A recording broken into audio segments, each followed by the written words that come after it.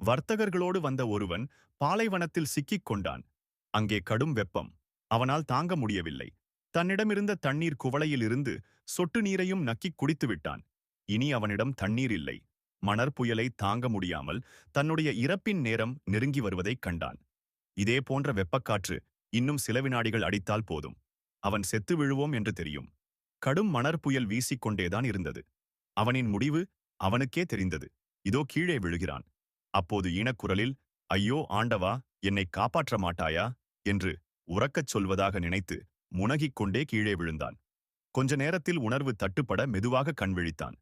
தான் இன்னும் சாகாமல் இருக்கிறோமே என்று ஆனந்தப்பட்டு ஆண்டவனுக்கு நன்றி சொல்லி நிமிர்ந்து பார்க்க அது ஒரு நிழல் தரும் மரம். அவன், ஆகா, ரொம்ப குளுமையாய் இருக்கே, கொஞ்சம் தாகத்திற்கு தண்ணீர் கிடைத்தால் நன்றாக இருக்குமே என்று நினைத்து முடிக்கும் முன் அவன் முன்னே தங்கக் குடத்தினில்